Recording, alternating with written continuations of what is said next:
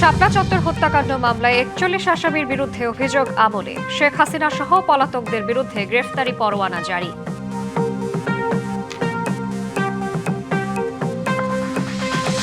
বিএনপিকে যারা ফ্যাসিবাদের দল বলে তাদের জ্ঞানের অভাব আছে, মন্তব্য মির্জা ফখরুলের। জামায়াত গণতান্ত্রিক দল কিনা প্রশ্ন।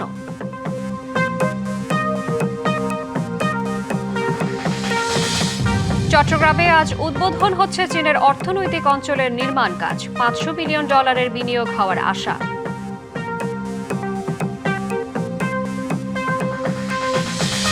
এবং টানা 2 সপ্তাহ পর থামল যুক্তরাষ্ট্র ইরানের পাল্টাপাল্টি হামলা। অস্ত্র কমে আসায় আক্রমণ বন্ধ, এমন দাবি নাকচ মার্কিন প্রেসিডেন্টের।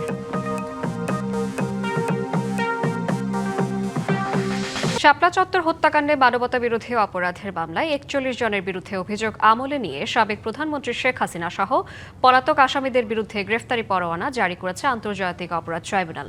এর আগে সকালে আনুষ্ঠানিকভাবে অভিযোগ দাখিল করে prosecution.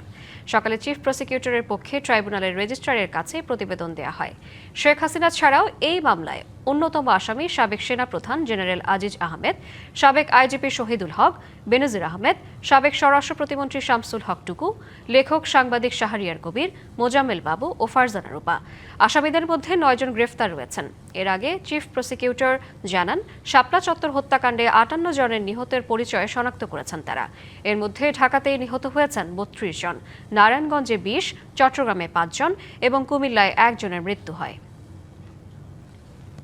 China economic and industrial জোনের নির্মাণ কাজের উদ্বোধন অনুষ্ঠানে কথা বলছেন আমির Khasru Mahmud Chowdhury.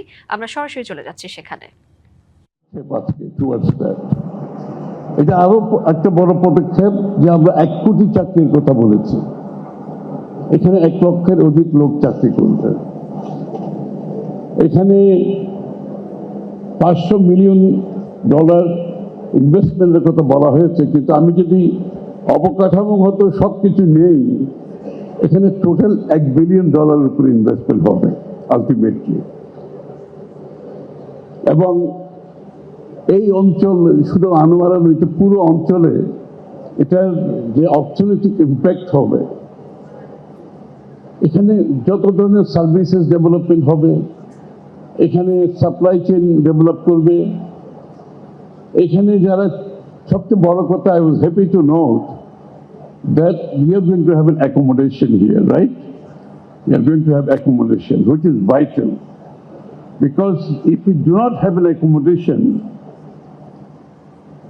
it becomes a slump, as you've seen in Dhaka, and elsewhere. So the living condition of the workers, I think we are reaching a stage where industrialization is good. But with that, our living condition of our workers has to go up. With that, environmental considerations has to be met. So our biodiversity is not lost. So I'm sure Chinese investment in Bangladesh are taking care of all that. আমাদের বিনিয়োগ করছি এখানে, এই বিনিয়োগের সাথে সাথে আমাদের চাকরি হবে, ব্যবসা হবে, আমাদের জিডিপি গ্রোথ হবে, আমাদের জনগণের জীবনযাত্রার মান উন্নতি হবে। সাথে সাথে আমাদেরকে মাথায় রাখতে হবে আমাদের পরিবেশকে আমাদেরকে রক্ষা করতে হবে। আর এখানে যেটা শ্রমিকদের জন্য বাসস্থানের ব্যবস্থা করা হয়েছে, এটা খুব ভালো খবর। তাদের লিভিং স্ট্যান্ডার্ডটা আমাদের জন্য গুরুত্বপূর্ণ। কারণ বাংলাদেশে এখন শুধুমাত্র ইন্ডাস্ট্রি না, ইন্ডাস্ট্রির সাথে সাথে আমাদেরকে সাধারণ মানুষের জীবনযাত্রার মানের কথা চিন্তা করতে হবে, তাদের লিভিং কন্ডিশন চিন্তা করতে হবে। সুতরাং আজকে আমরা ইনশাআল্লাহ আমরা ওই জায়গায় যাচ্ছি। আমরা আজকে ওয়েলফেয়ার স্টেটের দিকে যাচ্ছি, কারণ আমরা ওই জায়গায় পৌঁছেছি ইনশাআল্লাহ। এবং সাধারণ মানুষের ওয়েলফেয়ার, শ্রমিকদের ওয়েলফেয়ার সব মাথায় রেখে আমাদেরকে বিনিয়োগ করতে হবে। জাতীয় সংসদের সাউন্ড সিস্টেম প্রতিস্থাপন বিষয়ে উচ্চ পর্যায়ের সভা অনুষ্ঠিত হয়েছে। সকালে জাতীয় সংসদ ভবনের সভাকক্ষে অনুষ্ঠিত এই সভায় উপস্থিত ছিলেন প্রধানমন্ত্রী ও সংসদ নেতা তারেক রহমান। সভায় সভাপতিত্ব করেন জাতীয় সংসদের ভারপ্রাপ্ত স্পিকার ব্যারিস্টার কায়সার কামাল। এছাড়াও বিরোধী দলীয় নেতা ডাক্তার শফিকুর রহমান, গৃহায়ন ও গণপূর্ত মন্ত্রী জাকারিয়া তাহের, আইনমন্ত্রী মোহাম্মদ আসাদুজ্জামান, সরকার দলীয় চিফ হুইপ নুরুল ইসলাম মনি, বিরোধী দলীয় চিফ হুইপ নাহিদ ইসলাম এবং সংশ্লিষ্ট ঊর্ধ্বতন কর্মকর্তারা উপস্থিত ছিলেন। সভায় জাতীয় সংসদের সংসদের বিদ্যমান সাউন্ড সিস্টেম প্রতিস্থাপন করতে বিশ্বের আধুনিক প্রযুক্তি নির্ভর বিভিন্ন সিস্টেম সম্পর্কে জানানো হয়। এ সময় গণপূর্ত অধিদপ্তর প্রযুক্তিগত বিকল্প, কারিগরি সক্ষমতা এবং এসবের বাস্তবায়ন পরিকল্পনা তুলে ধরেন। বিএনপিকে যারা ফ্যাসিবাদের দল বলে তাদের জ্ঞানের অভাব রয়েছে, এমন মন্তব্য করেছেন স্থানীয় সরকার, পল্লী উন্নয়ন ও সমবায় মন্ত্রী ও বিএনপি মহাসচিব মির্জা ফখরুল ইসলাম আলমগীর। সকালে রংপুরের টার্মিনাল এলাকায় বিআরডিবির বিভাগীয় কার্যালয়ে উদ্বোধন শেষে এই মন্তব্য করেন তিনি। এ সময় জামায়াতের আমিরকে নিজেদের গঠনতন্ত্র আবার দেখার আহ্বান জানিয়ে দলটি গণতান্ত্রিক কিনা তা নিয়ে প্রশ্ন তোলেন তিনি। এছাড়া চলতি বছরের শেষে বা আগামী বছরের শুরুতে স্থানীয় সরকার নির্বাচন শুরু হবে জানিয়ে তিনি বলেন, প্রার্থীদের যোগ্যতা নির্ধারণের সিদ্ধান্ত নেবে ইসি। জনগণের ভালোবাসায় তাদের ভোট নিয়ে আমরা আজকে সংসদে 2/3 আসন লাভ করেছি, সরকার গঠন করেছি। একবার নয়, বিএনপি পাঁচবার রাষ্ট্র পরিচালনার দায়িত্বে এসেছে। বিএনপিকে যারা ফ্যাসিবাদ বলেন তাদের হয় জ্ঞানের অভাব আছে অথবা তাদের মাইন্ডসেটটা এভাবে তৈরি হয়েছে। ফেসবুক ও অন্যান্য সোশ্যাল মিডিয়ায় জিন, তান্ত্রিক ও কবিরাজি পেজ খুলে অলৌকিক প্রতিকারের নামে সাধারণ মানুষের সঙ্গে প্রতারক চক্রের 3 সদস্যকে গ্রেফতার করেছে পুলিশ ব্যুরো অব ইনভেস্টিগেশন। রাজধানীর দক্ষিণ কল্যাণপুরে পিবিআই কার্যালয়ে আয়োজিত সংবাদ সম্মেলনে বিশেষ পুলিশ সুপার ফজলে এলাহি জানান, গ্রেফতাররা মূলত বেদে সম্প্রদায়ের সদস্য। তারা ইউটিউব দেখে রাসায়নিক বিক্রিয়ার মাধ্যমে আগুন তৈরির কৌশল শিখে বিভিন্ন ভুয়া নামে ফেসবুক পেজ পরিচালনা করত।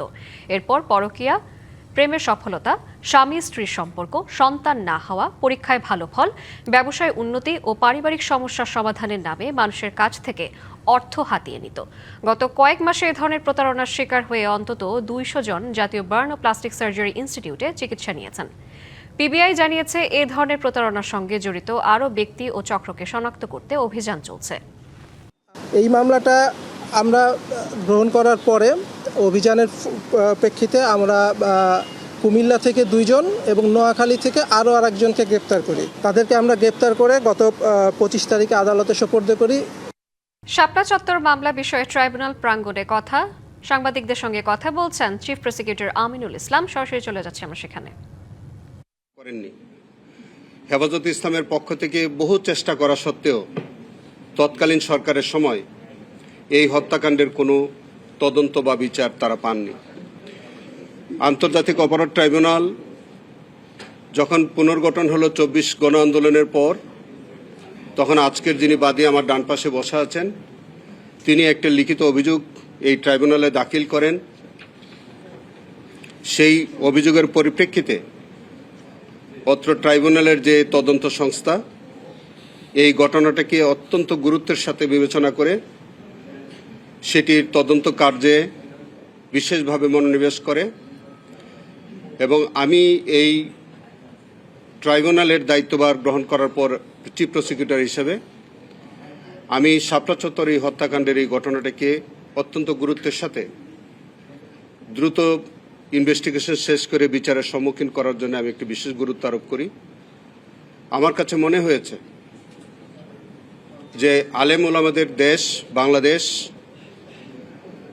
যে এতগুলো আলেম ওলামাদেরকে শিশু বাচ্চা সহ নির্বিচারে সেই ভয়ালো রাতে নির্বিচারে গুলি করে যে তাদেরকে হত্যা করে আহত করে, এই নারকীয় হত্যাযজ্ঞের একটি সুষ্ঠু তদন্ত এবং বিচার হওয়া প্রয়োজন।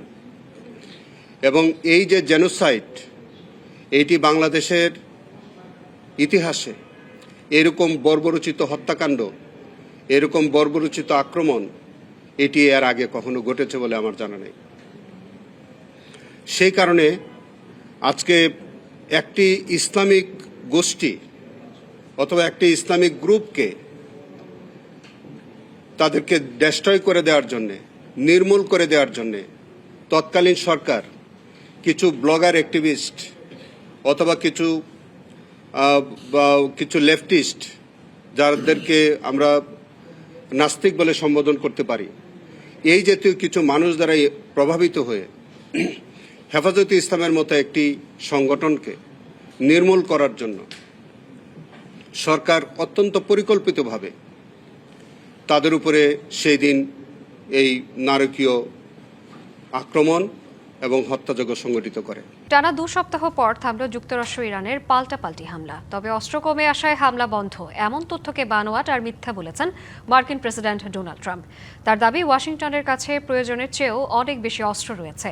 মার্কিন গণমাধ্যমকে এ তথ্য দেন তিনি। এদিকে ইরানের সর্বোচ্চ নেতা মোস্তফা খামেনি এক বিবৃতিতে জানান, যুক্তরাষ্ট্রের সাথে যে কোনো চুক্তিতে যাওয়ার আগে লেবাননে চালানো সব ধরনের হামলা ও আগ্রাসন বন্ধ করতে হবে ইসরায়েলকে। রবিবার ইরানের রাষ্ট্রীয় টেলিভিশনে এ কথা জানান তিনি। চীনের উত্তর পশ্চিমাঞ্চলীয় গানসু প্রদেশে প্রবল বৃষ্টিপাতের ফলে সৃষ্ট আকস্মিক বন্যায় ব্যাপক ক্ষয়ক্ষতি হয়েছে। পাহাড়ি ঢল ও কাদা পাথরের নিচে আটকা পড়া মানুষকে উদ্ধারে পুরোদমে চলছে কাজ। এখন পর্যন্ত 247 জনকে নিরাপদে সরিয়ে নেওয়া হয়েছে। রবিবার দুপুরে উইজওয়ান কাউন্টির একটি নদীর উপত্যকায় হঠাৎ করেই এই বন্যা দেখা দেয়। স্রোতে ভেসে যায় বেশ কিছু যানবাহন। খবর পেয়ে ফায়ার সার্ভিসের 305 জন কর্মী 68টি ট্রাক ও 4টি কুকুর নিয়ে দ্রুত উদ্ধার কাজ শুরু করে। বৈরী আবহাওয়ার মাঝেও ড্রোনের সাহায্যে বর্তমানে তাদের চতুর্থ দফার তল্লাশি চলছে। ইতোমধ্যে 23 জন আহতকে হাসপাতালে ভর্তি করা হয়েছে, যাদের বেশিরভাগই আঘাত ও হাড় ভাঙার শিকার। নিখোঁজদের সন্ধান এবং আহতদের সর্বোচ্চ চিকিৎসা নিশ্চিতে নিরলসভাবে কাজ চালিয়ে যাচ্ছে কর্তৃপক্ষ।